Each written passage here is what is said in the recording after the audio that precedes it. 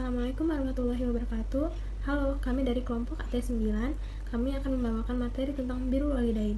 Untuk materi lengkapnya, yuk kita simak sebagai berikut. Saya akan menjelaskan pengertian dari birrul walidain. Birrul walidain memiliki arti berbakti kepada orang tua. Orang tua memiliki tanggung jawab yang sangat besar terhadap anak-anaknya sejak dalam kandungan dan kehidupannya di dunia. Karena itu, bagi seorang anak, bersikap baik dan berbakti kepada orang tua sangatlah penting. Bukan hanya sebagai tuntutan dari norma asusila dan norma kesopanan saja, tapi juga harus menaati perintah Allah dan Rasulullah. Birrul walidain adalah hal yang diperintahkan dalam agama. Salah satu amalan yang tidak akan pernah putus walau seseorang sudah meninggal dunia, yaitu doa dari anak soleh dan soleha. Doa anak dapat menjadi bekal bagi orang tuanya untuk hidup di akhirat nanti.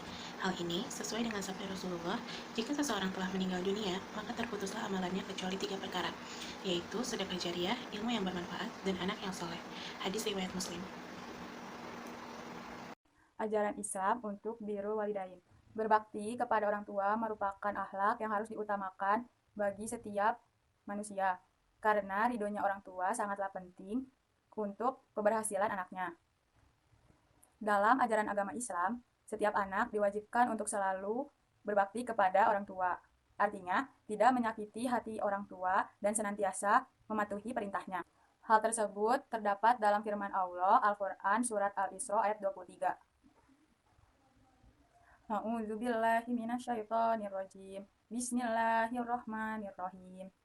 Wa qada rabbuka alla ta'budu illa iyyahu wa bil walidain ihsana imma yablughanna indakal kibaro ahaduhuma aw kilahuma fala taqul lahuma uffin wala tanharhuma wa qul lahuma qawlan karima, yang artinya, dan Tuhanmu telah memerintahkan agar kamu jangan menyembah selain Dia, dan hendaklah berbuat baik kepada ibu bapa. Jika salah seorang di antara keduanya atau kedua-duanya sampai berusia lanjut dalam pemeliharaanmu, maka sekali-kali janganlah engkau mengatakan kepada keduanya perkataan dan janganlah engkau membentak keduanya, dan ucaplah kepada keduanya perkataan yang baik. Warahmatullahi wabarakatuh. Perkenalkan, nama saya Anissa Nur Aziza dengan NIM 13022204093. Saya akan menyampaikan penerapan birrul walidain dalam kehidupan sehari-hari. Yang pertama, menaati kedua orang tua. Selama yang diperintahkannya tidak mengandung unsur dosa atau maksiat, kita harus mengikutinya, sesibuk apapun kita. Namun bila itu mengandung unsur dosa atau maksiat, menolak pun harus dengan cara yang lembut.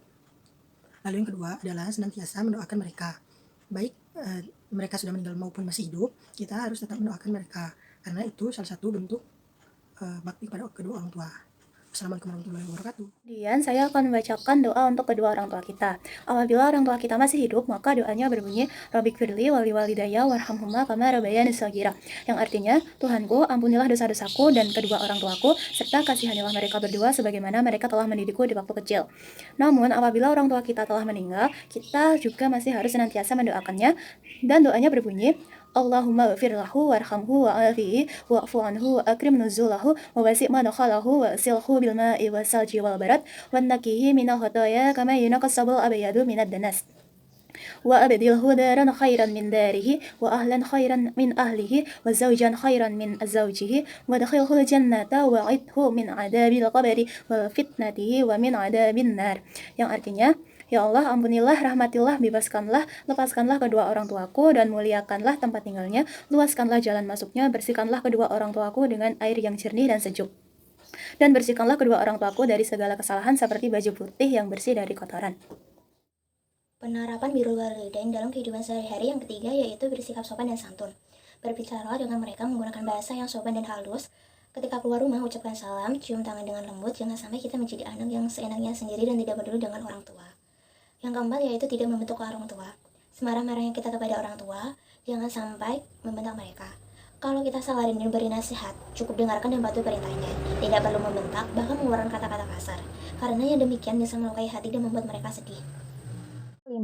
Meringankan beban kedua orang tua. Salah satu cara mudah yaitu dengan membantu pekerjaan rumah. Layani mereka sebaik-baiknya. Tulang mereka telah rapuh membesarkan kita dahulu. Kulitnya telah keriput, uban di rambut semakin banyak. Balaslah kebaikan mereka meskipun kita tak akan mampu membalas jasa mereka. Poin ke-6, menjadi anak yang membanggakan. Kebanggaan di sini yang bisa dijadikan contoh yang baik karena mempunyai prestasi atau akhlak yang baik, sehingga membuat kedua orang tua merasa bangga. Poin ke-7, Selalu mendengarkan nasihat orang tua. Dengarlah ucapan dan nasihat mereka dengan sungguh-sungguh. Jangan menunjukkan sikap bosan meski nasihat yang mereka sampaikan itu saja. Percayalah bahwa orang tua selalu ingin kita berada di jalan yang benar. Nah, jadi kesimpulannya adalah birrul walidain itu merupakan salah satu ajaran Islam yang paling utama dan juga tindakan yang sangat mulia. Berbakti pada orang tua atau birrul walidain itu merupakan salah satu cara kita sebagai muslim untuk beribadah kepada Allah. Karena hal itu merupakan perintah Allah yang sudah Allah firmankan di dalam Al-Quran dan juga telah disebutkan oleh Rasulullah di dalam hadisnya. Berbakti pada orang tua itu tidak hanya saat mereka masih hidup, tetapi kita juga bisa dan kita harus berbakti kepada mereka saat mereka telah tiada. Ini kita dapat menambah wawasan ilmu pengetahuan terutama dalam bidang keagamaan. Lalu untuk harapan kedepannya adalah semoga badan mentoring ini bisa lebih maju dan lebih berkembang lagi.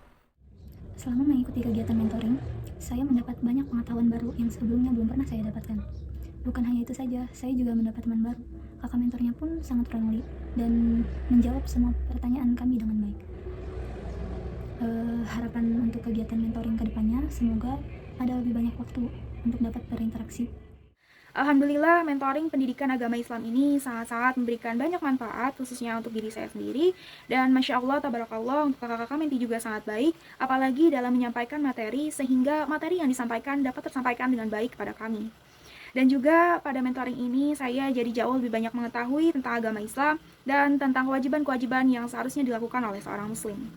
Dan untuk harapannya, semoga mentoring pendidikan agama Islam dan etika ini ke depannya dapat jauh lebih baik lagi, jauh lebih menarik, dan jauh lebih banyak memberikan manfaat kepada para menti selanjutnya. Terima kasih. Sekian materi yang disampaikan oleh kelompok kami. Mohon maaf bila ada salah kata. Terima kasih atas perhatiannya. Wassalamualaikum warahmatullahi wabarakatuh.